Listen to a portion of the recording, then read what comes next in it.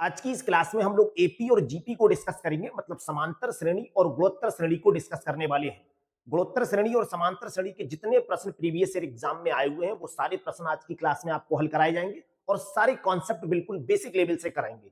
Railway, NTPC, group D, SSC, CGL सभी exam में यहाँ से एक प्रश्न जरूर बनता है।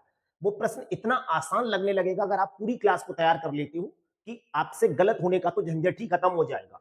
तो सबसे पहले तो ये समझ लो एपी क्या होती है। एपी का मतलब होता है समांतर श्रेणी, संख्याओं का ऐसा क्रम जो समान अंतर से बढ़ रहा हो या समान अंतर से घट रहा हो, वो समांतर श्रेणी होती है। जैसे आपको एक सीरीज ये दे रखी है 3, 5, 7, 9 इस तरह से लिखा हुआ है। यहाँ पे आप देखेंगे ये 3 से 5 हो गया तो देखो 2 रुपए बढ़ा है, 5 से 7 हो गया ये भी 2 बढ़ गया, 7 से 9 हो गया ये भी 2 बढ़ गया। हर बार में हर पद अपने आप से पहले वाले पद से 2 रुपए बढ़ रहा है या 2 यूनिट बढ़ रहा है। अगर बात करें यहाँ अगला पद कितना होगा तो निश्चित रूप से इससे 2 ज्यादा होगा। अगले पद की बात करें तो इससे भी 2 ज्यादा होगा। अगले पद की बात करें तो इससे भी 2 ज्यादा होगा। इस तरह से आप चलते जाओगे तो ऐसी सीरीज को आप समांतर श्रेणी कहते हैं। सीरीज का ऐसा क्रम जो समान अंतर से बढ़ रहा हो या समान अंतर से घट रहा हो।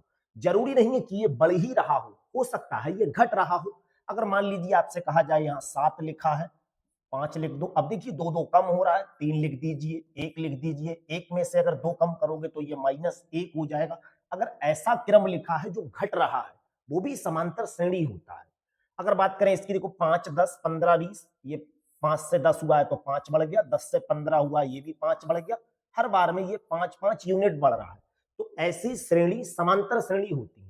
जो छोटा बच्चा गिनती कहता है 1 2 3 4 5 6 7 8, ये भी समांतर श्रेणी है क्योंकि हर बार में एक एक यूनिट बढ़ रहा है। अब समांतर श्रेणी से जो प्रश्न बनते हैं उनके लिए आपको ये याद रखना पड़ेगा, यहाँ पे जो पहला पद लिखा है इसके लिए हम लोग स्पेशल नाम दे देते हैं कि ये पहला पद है और पहले पद को ए कहते हैं। ए का मान यहाँ पे कितना है, 3 दे रखा है। ये दूसरा पद है, ये तीसरा पद है, ये चौथा पद है, ये पांचवा पद है, ये छठा पद है, ये सातवां पद है। अगर आपसे पूछा जाए यहाँ से 50वें नंबर पे कौन आ रहा होगा तो ऐसे करके आप बढ़ते हुए जाओगे तब तो 50वें पद को बता पाना बहुत कठिन होगा। तो 50वें पद का आपको डायरेक्ट फार्मूला याद रखना पड़ेगा। अच्छा, एक लास्ट पद होता है, अंतिम पद। अंतिम पद होता है जो बिल्कुल लास्ट में लिखा है। अगर सीरीज यहाँ पे खत्म हो रही है तो हम इसे अंतिम पद कहेंगे जिसे एल कहा जाता है। सार्वंतर क्या होता है, ये श्रेणी जितना जितना बढ़ रही है हर बार या जितना जितना कम हो रही हो वही सार्वंतर होता है। इसे हम लोग डी से दर्शाते हैं। डी निकालते कैसे हैं, दूसरे पद में से आप पहला पद घटा दो या तीसरे पद में से दूसरा पद घटा दो या चौथे पद में से तीसरा पद घटा दो या पांचवें पद में से चौथा पद घटा दो। ऐसे कोई से भी आप पास के 2 पद घटाकर देख लो, आपको पता लग जाएगा डी कितना है। अगर बात करें यहाँ पे डी कितना है तो दूसरा पद देखो 10 दे रखा है। 10 में से अगर 5 कम करेंगे तो 5 आ जाएगा, ये हो गया आपका डी का मान। अगर यहाँ पे डी का मान आपसे कोई पूछे तो देखो दूसरा पद 5 है और 5 में से अगर 3 कम करेंगे तो यही डी का मान होगा। जितना जितना ये बढ़ रहा है हर पद में वही डी का मान होता है। अगर ये हर बार में 5 यूनिट कम हो रहा होता तो वो डी का मान होता, लेकिन जब कम हो रहा होता है तब आपका आंसर जो डी का मान होगा वो नेगेटिव होगा और बढ़ रहा है तो वो प्लस होता है। अंतिम पद या लास्ट पद निकालने का फार्मूला आप याद रखोगे, A plus N minus 1 into D. समांतर श्रेणी में आपको पहला पद पता होना चाहिए और डी का मान पता होना चाहिए। पहले पद का मतलब है ए पता होना चाहिए और सार्वंतर यानी डी पता हो। अगर ये चीज आपको मालूम है तो कुछ भी पूछ लो, सब कुछ बता सकते हो।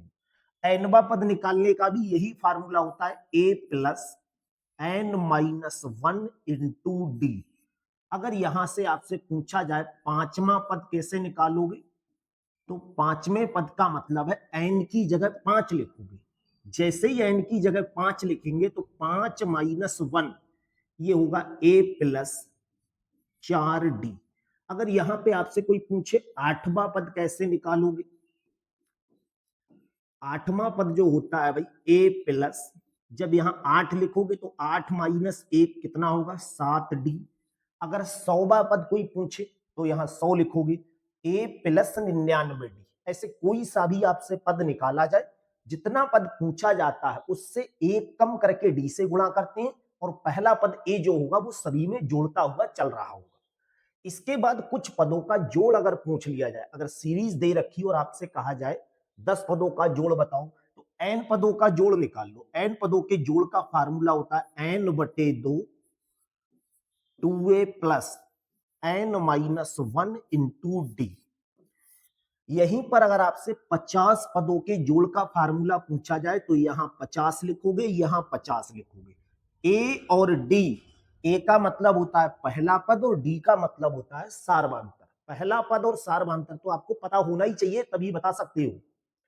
एक फार्मूला तो आप ये, और इसके अलावा अगर कभी आपको लास्ट पद मालूम हो तो n/2 a प्लस n, दोनों ही फार्मूलों से n पदों का योगफल आप डायरेक्टली बता सकते हो। समांतर श्रेणी से जो प्रश्न बनेगा वो इसी कॉन्सेप्ट पर आपको मिलेगा, जहां ये पता हो, डी पता हो, n पद निकालने का फार्मूला और n पदों के जोड़ का फार्मूला। अगर यहां से इस तरह की सीरीज लिख दी जाए और आपसे कहा जाए इस तरह की 50 पदों का जोड़ बताओ, तो 50 पदों के जोड़ का अगर लास्ट पद आपको पता है तो ये फार्मूला लगाओ, और लास्ट पद नहीं मालूम है तब आपको ये फार्मूला लगाना पड़ेगा। इन कॉन्सेप्ट को जब याद कर लोगे, इसके बाद बात करेंगे गुणोत्तर श्रेणी की। गुणोत्तर श्रेणी का मतलब, इसे शॉर्ट में हम लोग जीपी बोलते हैं, ज्योमेट्रिकल प्रोग्रेशन। ये क्या होती है, यहां पर संख्या गुणा के रूप में बढ़ती है या गुणा के रूप में घटती है। जैसे गुणोत्तर लिखा है तो इससे ट्रिक से याद कर लो, गुणोत्तर में गुणा लिखा हुआ है तो गुणा के रूप में बढ़ रही होगी। देखो 2 से ये 4 हो गया, दुगना हुआ है, 4 से 8 हो गया, दुगना हुआ है, 8 से 16 हो गया, दुगना हो रहा है। और समांतर श्रेणी में क्या हो रहा था, समान यूनिट में बढ़ रहा था। 2 से 4 तो यहाँ 2 बढ़े हैं, फिर 2 बढ़ते, फिर 2 बढ़ते, तब वहां पे हर बार 2-2 यूनिट बढ़ रहा था। यहाँ पे मल्टीप्लाई में बढ़ रहा है।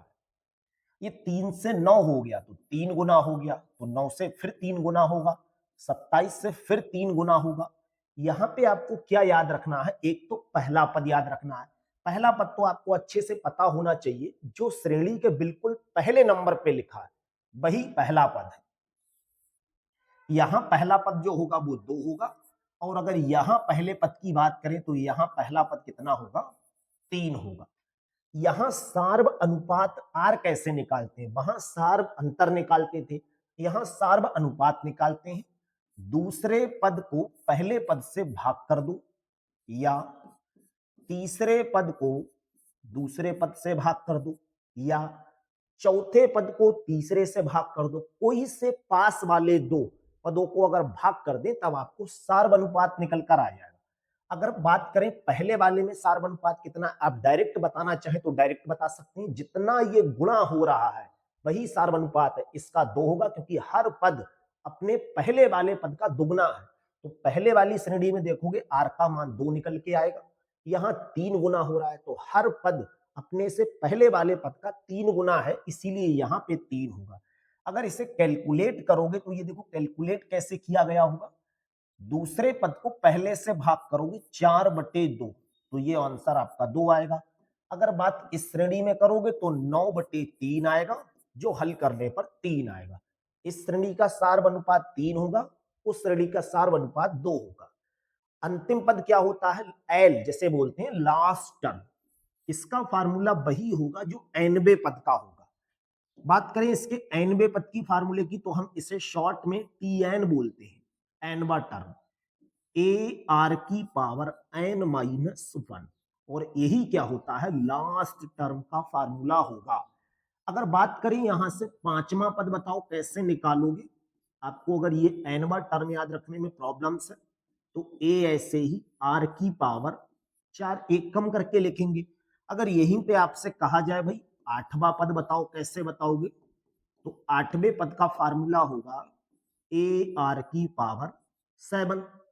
एन पदों का जोड़ अगर आपको निकालना हो, अगर श्रेणी जीपी दे रखी हो, गुणोत्तर श्रेणी दे रखी हो और इसकी बहुत संख्याएं, मान लो आपसे कहा जाए इस तरह की श्रेणी है, यहां से 50 संख्याओं का जोड़ बताओ, तो 2 फार्मूले आपको याद रखने पड़ेंगे। एक होगा ए 1 - आर की पावर एन अपॉन में 1 - आर, दूसरा फार्मूला होगा ए आर की पावर n-1 अपॉन में r माइनस 1। अगर r का मान 1 से ज्यादा है तो ये फार्मूला लगाओगे, r का मान 1 से कम है तो ये लगाओगे। लिख लो यहां पे। वैसे यहां से जोड़ का बहुत कम सवाल बनता है। ये कब लगाना है? जब r क्या हो, 1 से कम हो। और इस फार्मूले को कब अप्लाई करना है? जब r क्या हो, 1 से ज्यादा हो, तब ये लगाना है। तो यहां r का मान 2 है, यहां r का मान 3 है। इन दोनों सीरीज का अगर जोड़ निकालेंगे तब आपको हमेशा ये वाला कॉन्सेप्ट याद रखना है। उसके बाद भी अगर आपने कभी ये गलत कर दिया तो आपका साइन केवल चेंज आएगा। आंसर रियल में तो प्लस आना चाहिए, लेकिन आप माइनस में ले आओगे, या माइनस आना चाहिए तो आप प्लस ले आओगे। गलत फार्मूला लगाने से केवल आपका साइन चेंज आएगा और कोई प्रॉब्लम्स नहीं। आज की क्लास का सबसे पहला प्रश्न देखते हैं, जिसमें कहा है 3, 8, 13, 18, 23। इस तरह से डॉट डॉट कर दिया और इसका 50वां पद बताना है। 3, 8, 13, 18, 23। ऐसे आप बढ़ोगे तो ये पहला नंबर, दूसरा नंबर, तीसरा नंबर, चौथा नंबर, पांचवा नंबर, छठा, सातवां, आठवां, बढ़ते हुए जाओ 50वें नंबर पर क्या आएगा। सबसे पहले तो भाई 50वें पद का फार्मूला याद करोगे। श्रेणी चेक कर लो। कभी कभी एग्जाम में लिखकर आएगा कि ये श्रेणी कौन सी, और कभी कभी आपको बिना लिखे दे देंगे, आप पहचानोगे एपी है या जीपी है। तो देखो 3 से 8 हो गया, ये 5 यूनिट बढ़ रहा है। 8 से 13, 5 बढ़ गए। हर बार में देखो एक पद जो है वो अपने पहले वाले पद से 5 यूनिट ज्यादा हो गया है। बी का मान 5 है। हर बार में अगर 5-5 यूनिट बढ़ रहा है, इसका मतलब ये एपी है, समांतर श्रेणी है, अर्थमेटिक प्रोग्रेशन। अगर ये समांतर श्रेणी है तो 50वें पद का फार्मूला होगा ए प्लस 49d। अगर 60वां पद होता तो ए प्लस 59d। 8वां पद होता ए प्लस 7d। ए का मतलब होता है पहला पद। इसे क्या बोलेंगे? ये तो हो गया भाई पहला पद, जिसे हम लोग बोलेंगे ए का मान। और ये जो हर बार में जितना जितना बढ़ रहा है, इसे बोलेंगे हम लोग डी का मान। ए का मान 3 है, डी का मान 5 है। तो जहां ए लिखा है वहां पे 3 लिखेंगे, 49 ऐसे ही, और डी की जगह पर 5। 49 और 5 की अगर गुणा करेंगे, 3 ऐसे ही, ये बन जाएगा 50 होता तो 250, ये 245।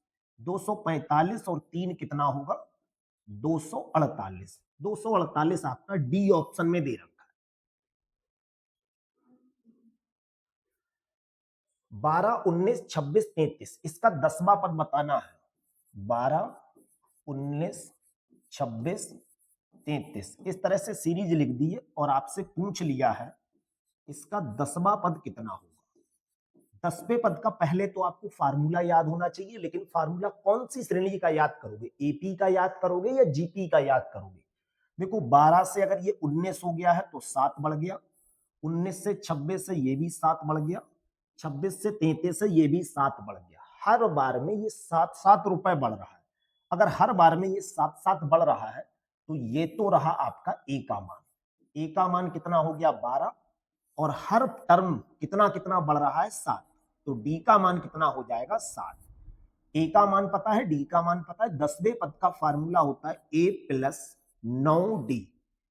ए का मतलब 12 लिखोगे, 9 ऐसे ही, डी का मतलब लिखोगे 7। 9 और 7 की गुणा करेंगे, ये 63 होगा।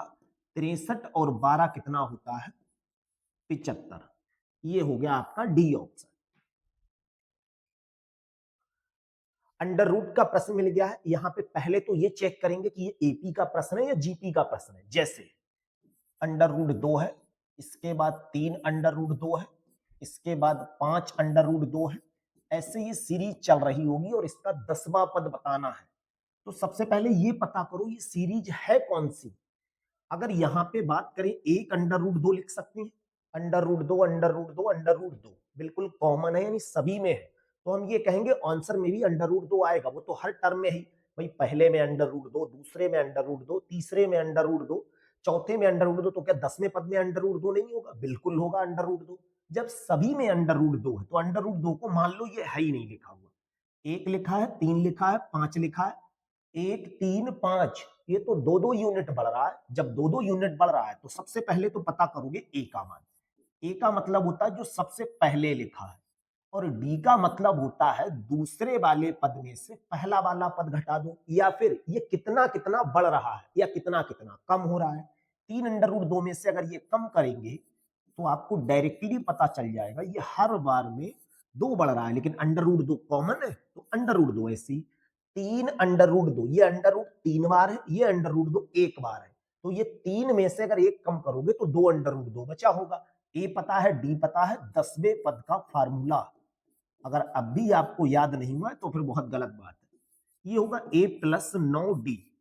ए का मतलब मानोगे 1√2 प्लस 9, ऐसे ही डी का मतलब होगा 2√2। कई लोगों को ये गुणा करने में प्रॉब्लम्स होती है, तो देख लो 1√2 इस 9 की गुणा जब यहां करेंगे, अंडर रूट की गुणा अगर कभी भी बिना अंडर रूट की संख्या से करनी पड़े तो ये 9 केवल यहां आएगा, इससे गुणा नहीं होगी। 9 दूनी कितना होगा 18√2। ये √2 18 बार लिखा है, ये √2 1 बार है। जब इसे जोड़ोगे तो ये 19√2, 19√2 पहले ऑप्शन में है। अभी तक के जितने प्रश्न थे वो सभी प्रश्न एपी के थे। इसे चेक करो ये कहां का है, एपी का है या जीपी का है। ये बहुत ज्यादा जरूरी है पहले चेक करना कि प्रश्न आखिर है कहां का। -3 -8, सबसे पहले तो ये चेक करो ये सीरीज बढ़ रही है या घट रही है। भाई गुणा में तो बढ़ नहीं रही है, जब गुणा में नहीं बढ़ रही है तो फिर जीपी तो है नहीं, एपी है। -3 से -8, अब माइनस सभी में है तो मान लो माइनस नहीं है। 3 8 13 18, ये तो हर बार में अगर माइनस नहीं होता तो ये 5-5 यूनिट बढ़ रही है। सबसे बड़ा आदमी ये मानोगे, क्योंकि अगर माइनस की श्रेणी होता है तो जिस संख्या पर माइनस लगा है, जब सभी पद माइनस के हो तो जो बड़ी संख्या दिखती है वो छोटी होती है, जो छोटी होती है वो बड़ी होती है। इसमें सबसे बड़ा पद ये है, उसके बाद ये है। तो अगर -3 से -8 हो गया है, ये माइनस का बहुत तगड़ा डाउट होता है बच्चों में। अगर आपके पास -3 लाख रुपए का आप पे कर्जा है, एक व्यक्ति पे माइनस का 8 लाख कर्जा है, किस पे कौन अमीर आदमी होगा, कौन बड़ा आदमी होगा? भाई जिस पे ज्यादा कर्जा है वो तो गरीब आदमी होगा। आप पे इतना रुपए कर्जा है ना, तो माइनस का मतलब ऋण होता है ना। तो माइनस की संख्याओं में अगर 2 संख्याएं माइनस की हैं, उनमें जो छोटा नंबर होता है वही बड़ा नंबर माना जाता है। ए का मान तो आपको डायरेक्टली पता है -3 हो गया। डी का मान कैसे निकालेंगे? डायरेक्ट बता दो भाई -3 से -8 हो गया, तो ये कितना कम हुआ है? 5 कम हुआ है, और कमी होने को हम लोग माइनस से दर्शाते हैं। पूछा है 10 पदों का जोड़ बताओ। अब 10 पदों के जोड़ का फार्मूला देख लो। 10 पदों का योग कैसे निकालोगे? जोड़ निकालना है तो 10 पदों के जोड़ का कॉन्सेप्ट क्या होगा भाई? देखो n/2 2a + n-1 into D. ए पता हो, डी पता हो।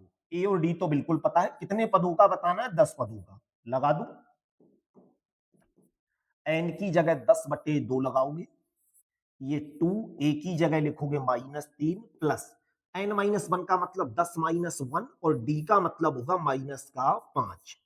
कैलकुलेट अगर इसे करोगे, 2 से इसे काटोगे 5 पर, इसकी गुणा इससे करोगे -6 होगा।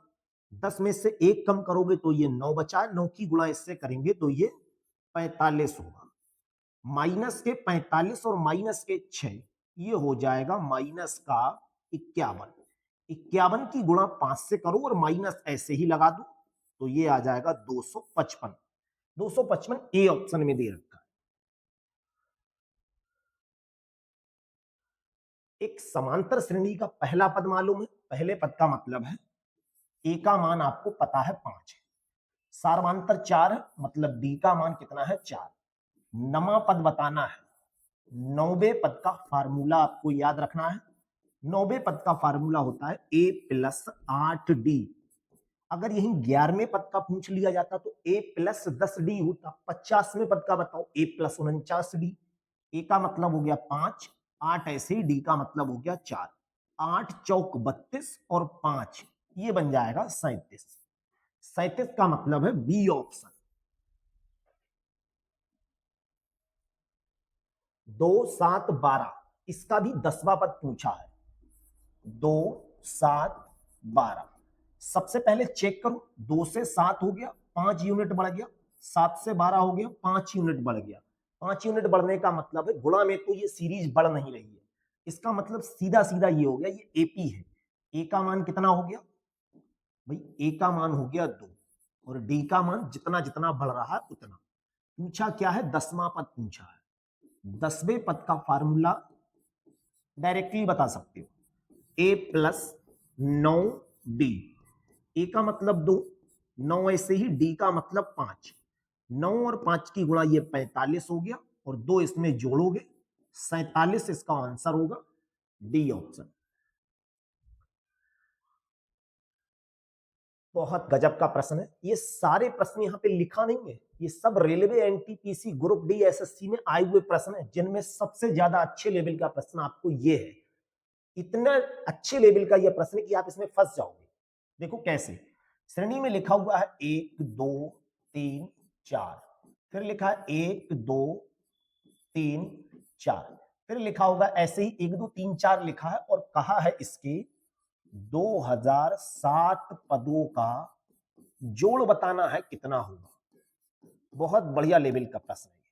अब देखो 1 2 3 4 1 2 3 4 1 2 3 4 ऐसे लिखा हुआ है, इसमें पहला पद आप निकालने लगोगे, भाई चेक भी तो कर लो ये सीरीज कौन सी है, 1 से 2 1 बड़ा 1 बड़ा 1 बड़ा, फिर नई सीरीज। इस तरह से प्रक्रिया चल रही है, तो आप यहाँ पे अपना लॉजिक बहुत ज्यादा लगाओगे। भाई 1 2 3 4, अगर मैं बात करूं आपसे, ये 4 लोग इकट्ठे हैं, इनका जोड़ कितना होगा, 4 3 7 और 2 9 और 1 10। अगर बात करूं इन 4 पदों का जोड़ कितना होगा, तो आप कहोगे 10। ऐसे ही और 4 पदों का जोड़ कितना होगा, 10। तो 4 पदों का जोड़ आप निकालोगे, लेकिन हमें जोड़ने कितने लोग हैं, यहाँ पे 2007 लोगों को जोड़ना है। अगर 2007 के लिए हम लोग 4 से भाग करेंगे, तो आप कहोगे 4 से भाग करने पर कितना आएगा, 4 पंजे 20, और ये 0, 4 एकम 4, 4 से भाग करने पर 501 तो पद पूरे बन ही रहे पेयर में। अभी 3 पद और बच रहे हैं शेष फल। ये कौन से बच गए हैं, शेष वाले बच गए हैं, क्योंकि हमें तो टोटल 2007 लोगों का हिसाब किताब बिठा के दिखाना है। अब 501 पद, अब ये सीरीज ऐसे, इसे काट दो, ये कैसे लिखी हुई चल रही है, 10 लिखा है 10 लिखा है 10 लिखा है, तो आप लोगों ने यहां समझ लिया 4 पदों को जोड़ने पर 10 आ रहा है। ऐसे 501 पदों को, भाई 501 में कितने, 4 के कितने पेयर बन रहे होंगे, 501 बने होंगे, तो 501 गुणा 10। अब ये 3 पद जो बचे हैं वो कौन से होंगे, भाई ये 3 पद, ये शुरू के 3 पद होंगे। ये 3 पद कौन से होंगे, 1 2 3। अगर आपसे यहाँ पे शेषफल बाई चांस मान लो 2006 कहता तो 2 पद होते, तो 1 और 2 लेते। 2005 कहता अगर वो, तो 1 शेषफल बचता, 1 का मतलब केवल 1 ही पद होता। 501 में 10 की गुणा करोगे तो 5010, और इनका जोड़ 3 और 2 5 और 1 6, टोटल आंसर बना होगा 5016। और 5016 आप देखेंगे पहले ऑप्शन में है। गजब एकदम प्रश्न है। इसी में अगर ऐसा प्रश्न भी आपको देखने को मिल जाएगा एग्जाम में, एनटीपीसी में एक बार ऐसा भी आया हुआ था, 1 2 3 4 5 तक टर्म थे, 1 2 3 4 5 तक दे रखे थे, 5 तक दे रखे थे, तो हम लोग उससे पूछा कितने पदों का है, जितने पदों का देखा है, अब हम उन्हें जो समान पद उन्हें जोड़ लेंगे। 5 पदों को अगर दे रखा होता, 5 का योगफल निकाल लिया, फिर यहाँ जितने पदों का पूछा जाता उससे 5 से भाग कर देते। अगर पूरा पूरा डिवाइड हो जाता, लेकिन पूरा डिवाइड का नहीं आएगा, क्योंकि पूरे डिवाइड का अगर आ गया तो वो प्रश्न बहुत आसान लेवल का है एकदम। ये भी गजब का प्रश्न है। बताओ 1000 से लेके 3000 के बीच की ऐसी कितनी संख्याएं जो 7 से पूरी पूरी कट रही है। प्रश्न में तो ये पूछ लिया है 1000 से लेके 3000 के बीच की हमें संख्याएं बतानी है जो 7 से कट जाए। तो आप देखेंगे 1000 तो भाई 7 से कट नहीं रहा है, इसका मतलब इसे तो बाहर फेंकू, ना तो ये काम का है ना ये काम का है, हमें बतानी है बीच की संख्याएं। अब बीच की संख्याएं कैसे, 1000 के बाद कौन सा नंबर है जो 7 से कट जाता है, इसे आप 7 से भाग करके उस तरीके से जब करोगे तो एक चांस बचेगा कि वो प्रश्न आप गलत कर सकते हो। ऐसे मत करना। सबसे ज्यादा अच्छा तरीका देखो, 1000 को हम 7 से भाग कर लें, अभी पता लगे, हम ये भाग नहीं करेंगे, लेकिन हम तो ये बताना चाह रहे हैं कि 1000 के बाद कौन सा ऐसा नंबर है जो 7 से कटेगा। अगर इसे 7 से भाग करोगे तो देखो 7 एकम कितना होगा, 7, 3 बचा, 7 चौक 28 होगा। अब कितना बचा है यहाँ पे 2, 7 दूनी 14, यानी 6 बच रहा है शेषफल। अब ये 6 शेषफल हमें 7 से काटना है, तो 6 तो कटता नहीं है भाई, 7 कटेगा, यानी यहाँ 1 बड़ा हुआ होगा, तो एक जो नंबर होगा वो 1001 होगा, ये 7 से कट रहा है। इसके बाद कौन सा होगा, 1008 होगा, क्योंकि इससे 7 ज्यादा होगा। अगला पद कौन सा होगा, 1015 होगा। ऐसे चलते हुए जाओगे, लास्ट में हमें पता करना है कि ये नंबर जो है 7 से तो नहीं कट रहा है, इससे जस्ट पहले कौन सा नंबर है जो 7 से कटेगा। तो अगर मैं इसे 7 से भाग कर देखूं तो 7 चौक 28 हो जाएगा। अब 7 चौक 28 के बाद 2 बचा तो ये 20 हो गया, 7 दूनी 14 हो गया, 6 बचा, 7 अट्ठी 56, 4 बच रहा है। ये 4 नहीं बचना चाहिए ना, तो 4 जब नहीं बचना चाहिए, अब आप कहो 4 को 7 बना लो। अरे भाई 4 को अगर 7 बनाओगे तो जोड़ना पड़ेगा, जोड़ते ही 3000 से आगे चले जाओगे। इसमें से 4 रुपए कम कर दो, 3000 में से अगर 4 रुपए कम करेंगे 2996 बचेगा। 1000 और 3000 के बीच में जो 7 से कटने वाली संख्या है वो ये है, पहली संख्या ये है, दूसरी ये और लास्ट वाली ये है। अब ये संख्याएं हैं कितनी, आप गिनने बैठ जाओगे तो भाई एक ये, दूसरी, तीसरी, ऐसे साथ साथ जोड़ते हुए जाओ, शाम तक तो कर ही लोगे। खैर, लेकिन बात शाम तक करने की नहीं, केवल 2 सेकंड में आंसर बताना है। हमें बताना है कितने नंबर हैं, एन पद बताना है।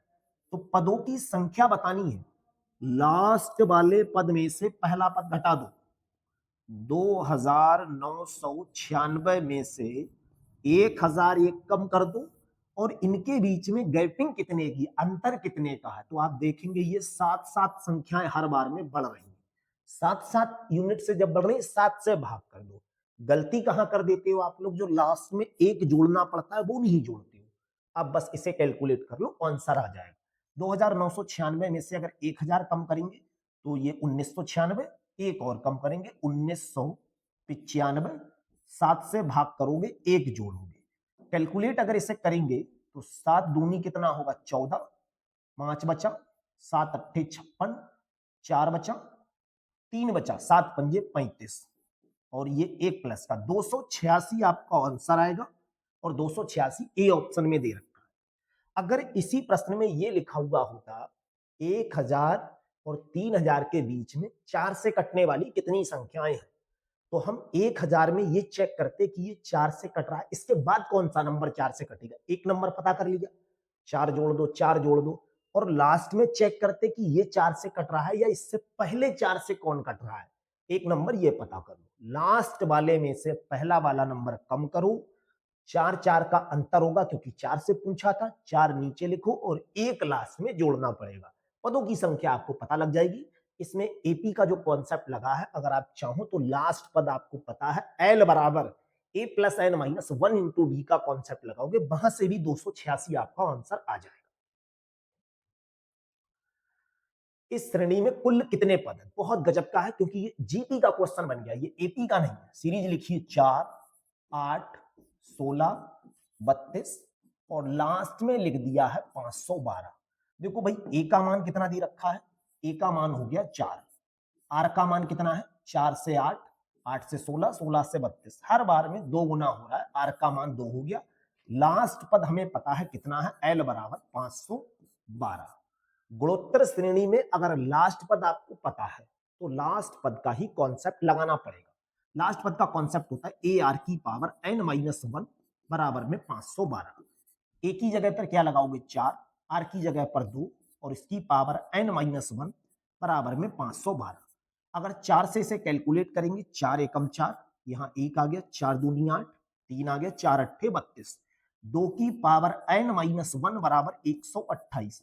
128 के लिए 2 की पावर में ही तोड़ना पड़ेगा, ये जीपी की सबसे ज्यादा खास बात है, जो पावर यहां है वही पावर यहां बनाओगे।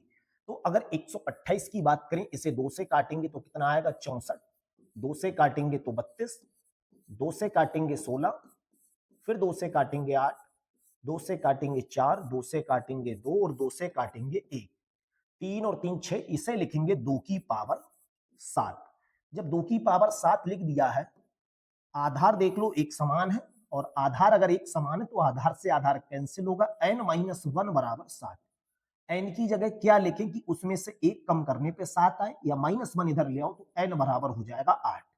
ये 8 पद लिखे होंगे क्योंकि यहाँ लिमिटेशन लगी हुई थी, बाउंड किया था। लास्ट पद अगर आपको मालूम है तो बस इसी से पता करना है कि कितने लोग हैं। इसमें 8 लोग लिखे हुए होंगे जो सी ऑप्शन में है।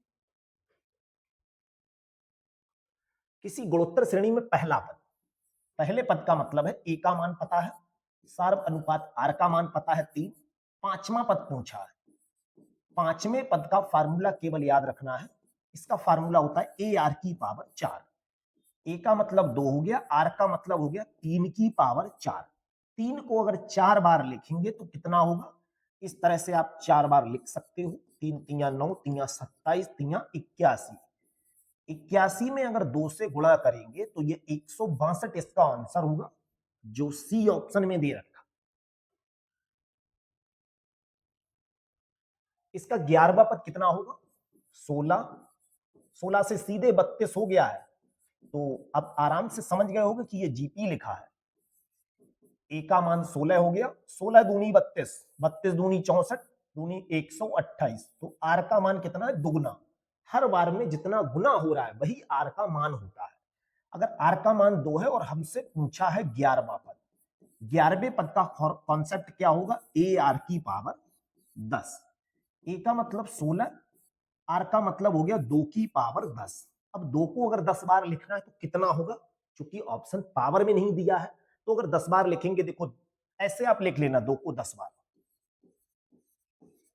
बेटर समझने के लिए देख लो कितना 10 हो गया, 2 4 6 8 10, 2 दूनी 4, दूनी 8, दूनी 16, दूनी 32, दूनी 64, दूनी 128, दूनी 256, 256 का दुगना 512, ये 1024 लिखा हुआ होगा जब 2 की गुणा 2 से 10 बार करोगे तब।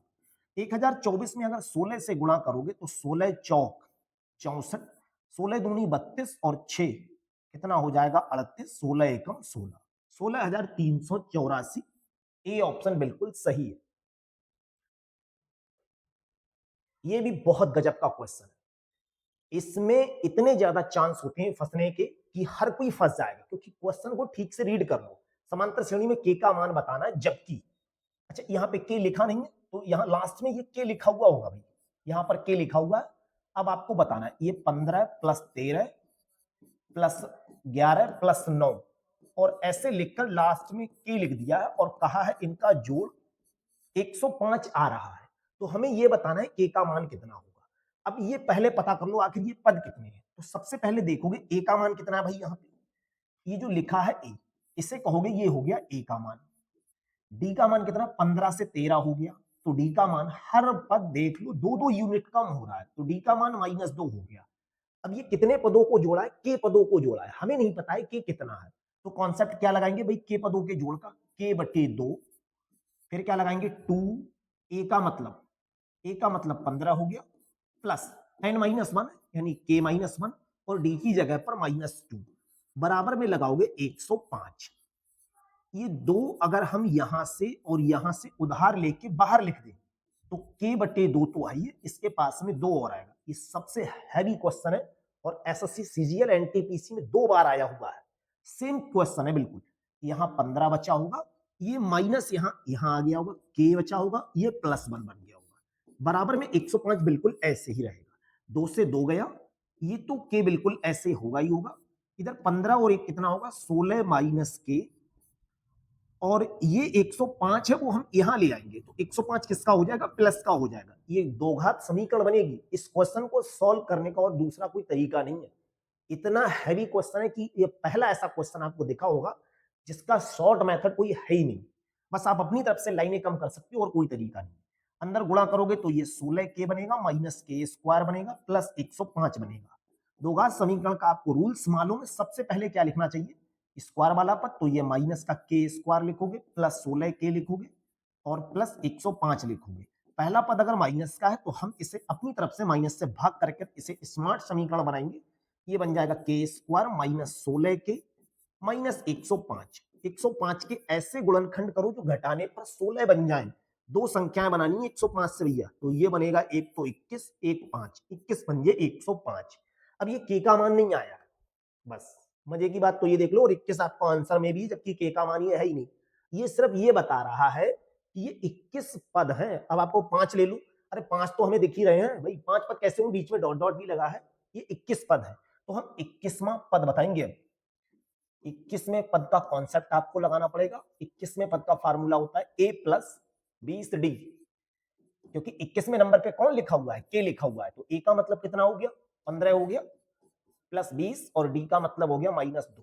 20 दूनी कितना होगा 40, 15 में से अगर 40 कम करोगे ये होगा -25। अब फाइनल आंसर आया है जो सी ऑप्शन में है। यहां इतनी स्टेशन फंसने की हो रही है, कहीं ना कहीं फंस ही जाएगा बेचारा कोई सीधा धागा।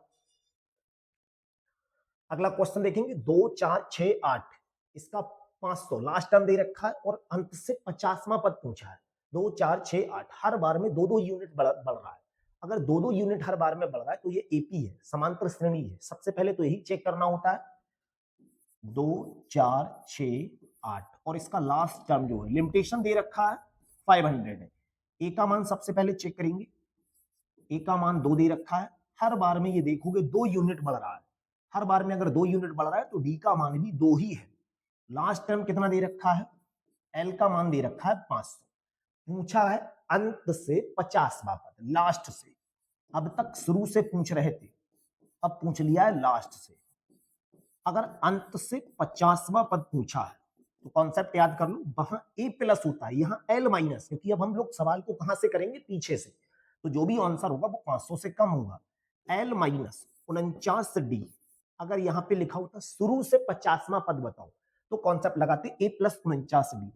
एल का मतलब हो गया 500, 49 और डी का मतलब हो गया 2। 49 की गुणा 2 से करोगे तो ये होगा 98। 500 में से अगर 98 कम करोगे तो ये हो जाएगा 402। और 402 आप देखेंगे सी ऑप्शन में है।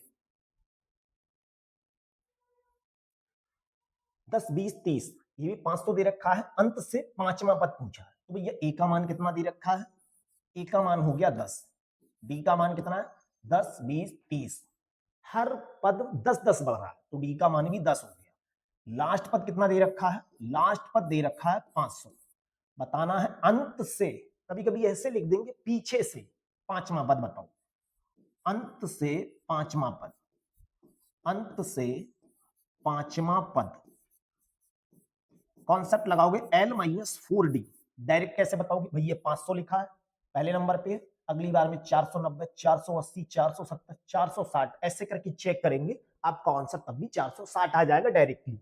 कॉन्सेप्ट लगाओगे तो देख लो, एल का मतलब हो गया 500, 4 ऐसे ही, डी का मतलब हो गया 10।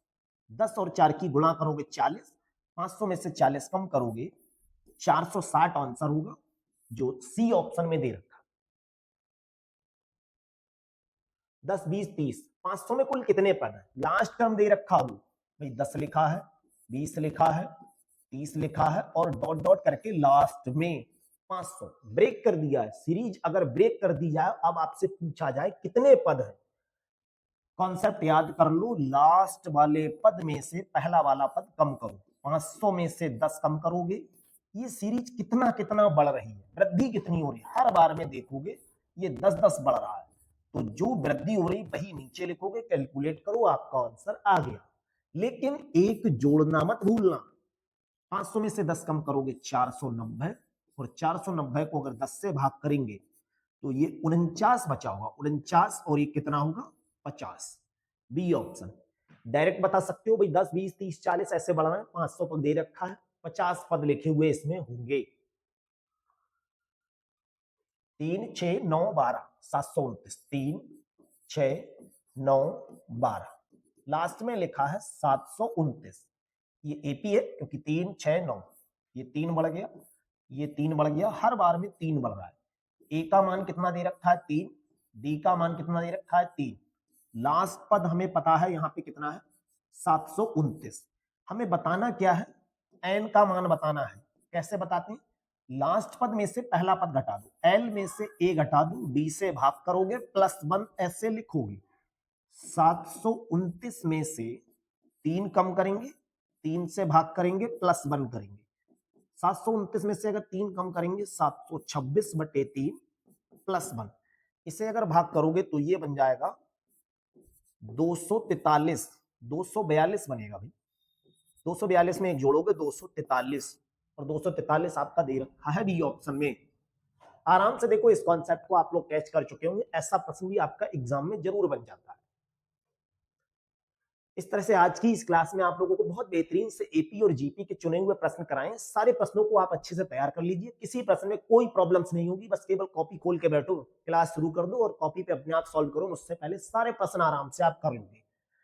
ये पीडीएफ फाइल अगर आपको डाउनलोड करनी है तो टेलीग्राम चैनल आपको दिख ही रहा है, अपना मैथ कार्ड रखा खुद से जोड़कर पीडीएफ फाइल डाउनलोड कर सकते हैं और ऐसी क्लास आपको रेगुलर मिलती है उसके लिए आप यहाँ से जुड़ जाइए, जिससे आपको ऐसी ही क्लास आपको रेगुलर मिलती रहे। आज की क्लास कैसी लगी वो अगर आपका मन करे तो कमेंट सेक्शन में बता देना और ना मन करे तो अपना काम चलाओ। Thank you.